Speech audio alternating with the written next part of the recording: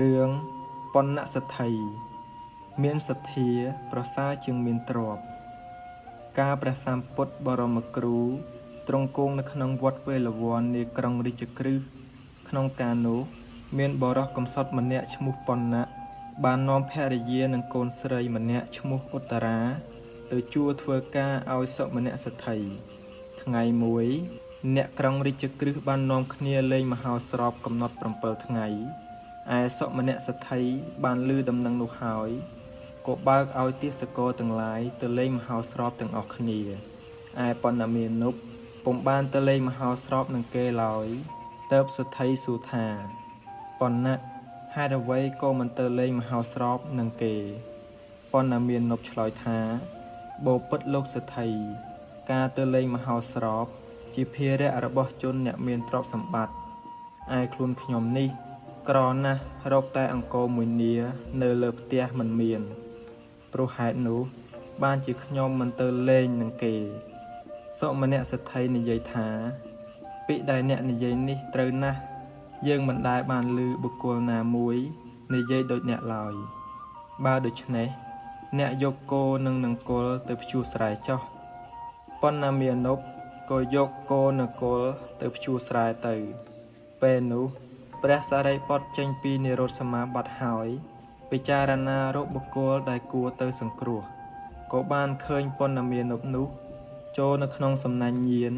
ទើបលោកយកបាតនិមន្តសម្ដៅទៅស្រែដែលបណ្ណមានុបកំពុងភ្ជួរទៅដល់ហើយឈរងើយមើលឈើមួយដើមបណ្ណមានុបឃើញអាការៈដូច្នេះក៏ដាក់នង្គ័លចូលទៅថ្វាយបង្គំដោយសេចក្តីជ្រះថ្លាបានដឹងអព្យាស្រ័យរបស់ព្រះសារីបុត្រ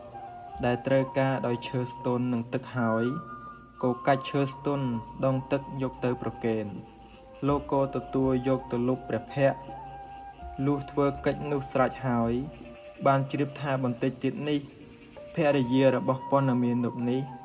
នឹងយកបាយមកឲ្យស្វាមីរបស់នាងទើបលាបណ្ណកមានុបនិមន្តទៅចាំស្កាត់ផ្លូវនាងជាភរិយាឯនាងជាភរិយារបស់បណ្ណកមានុបកាលបើដល់ពេលហើយក៏ទួលបាយមួយចំអែតទៅឲ្យស្វាមីទៅដល់ពាក់កណ្ដាលផ្លូវបានឃើញព្រះសារីបុត្រឈរស្ពាយបាតក៏គិតថាអញមានលាភធំណាស់តើបានជួបនឹងស្រែបន់ដ៏ប្រសើរយ៉ាងនេះគិតដូច្នេះហើយយកបាយទាំងអស់ដាក់ក្នុងបាតទៅទើបនាងតាំងសេចក្តីប្រាថ្នាថាដោយផលនៃទាននេះខ្ញុំព្រះករុណាសូមឲ្យបានសម្រេចនូវគុណវិសេសដូចជាលោកម្ចាស់ព្រះសារីបុត្របានធ្វើផត្តានុមោទនាវិធីហើយក៏និមន្តហុសទៅឯនាងជាភរិយារបស់បណ្ណកមានុបនោះក៏មនីត្រឡប់ទៅផ្ទះវិញខំចាត់ចែងចម្អិនអាហារម្ដងទៀតលុះចម្អិនហើយក៏ដុសដាក់ភាជយកទៅឲ្យស្វាមីឯបណ្ណកមានុបកាលបើមិនឃើញភរិយាយកបាយទៅឲ្យតាមទម្លាប់ពេលហើយ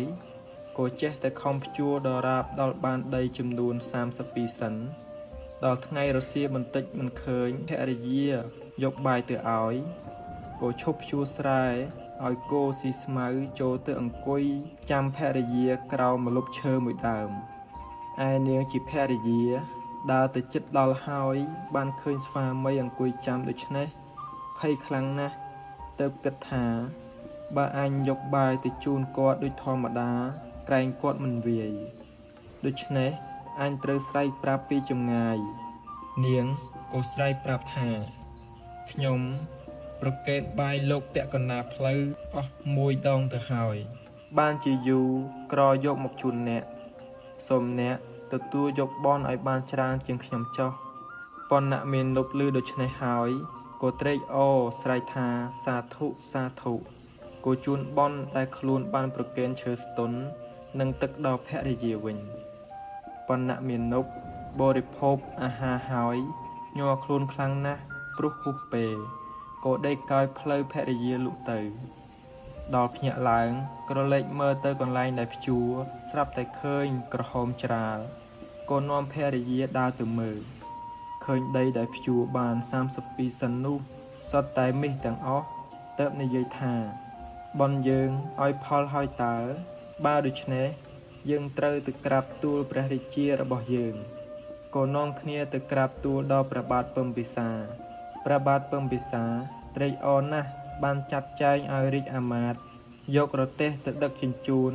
ចក្រនៅក្នុងរាជវាំងបានកំណរកម្ពស់80ហត្ថទៅតាំងប៉ុណ្ណាមាននោះជាមហាសេដ្ឋីនៅក្នុងនគររាជក្រឹសបានឈ្មោះថាបណ្ណសេដ្ឋីក្នុងការជាខាងក្រោយមកព្រះបាទពំពិសាបានព្រះរាជទានដីភូមិមួយកន្លែងដល់បណ្ណសេដ្ឋីចាត់ចែងសង់ផ្ទះធ្វើឃ្លាំងធ្វើកំពែងព័ទ្ធភូមិនោះហើយជញ្ជូនយកមាសទៅដាក់នៅក្នុងឃ្លាំងរបស់ខ្លួនទៅទើបនិមន្តព្រះសម្ពុទ្ធព្រមទាំងព្រះសង្ឃទៅថ្វាយមហាទានអស់7ថ្ងៃក្នុងថ្ងៃជាគម្រប់ទី7ព្រះសម្ពុទ្ធទ្រង់សម្ដែងអនុពពិកថាលុះចប់កាលណាជនទាំង3រូបគឺបណ្ណសេដ្ឋីភរិយារបស់បណ្ណសេដ្ឋីនិងនាងឧត្តរាជាកូនក៏បានសម្រេចដល់សោតាបតិផលក្នុងពេលនោះទៅ